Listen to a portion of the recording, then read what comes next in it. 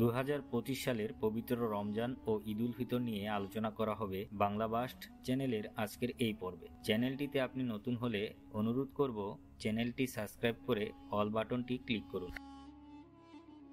এক প্রতিবেদনে 2025 সালের রমজানের সম্ভাব্য তারিখ জানিয়েছেন আরব আমিরাতের সংবাদ মাধ্যম গালফ নিউজ। সংযুক্ত আরব আমিরাতের জ্যোতির্বিজ্ঞানী ইব্রাহিম আল জারওয়ান 2025 সালের পবিত্র রমজান ও ঈদ উল ফিতর সম্পর্কে বলেছেন, আগামী 1 মার্চ থেকে পবিত্র রমজান শুরু হওয়ার সম্ভাবনা বেশি। আরবি 12 মাসের মধ্যে নবমতম মাস হল মাহে রমজান। মুসলিম সম্প্রদায়ের জন্য সবচেয়ে পবিত্র মাস হলো মাহে রমজান। সে হিসেবে আর মাত্র 7 সপ্তাহ বাকি। এবারের রমজান যদি হয় 29টি, সে হিসেবে 30 মাস মধ্যপ্রাচ্যের দেশগুলিতে পবিত্র ঈদ উল ফিতর পালিত হবে।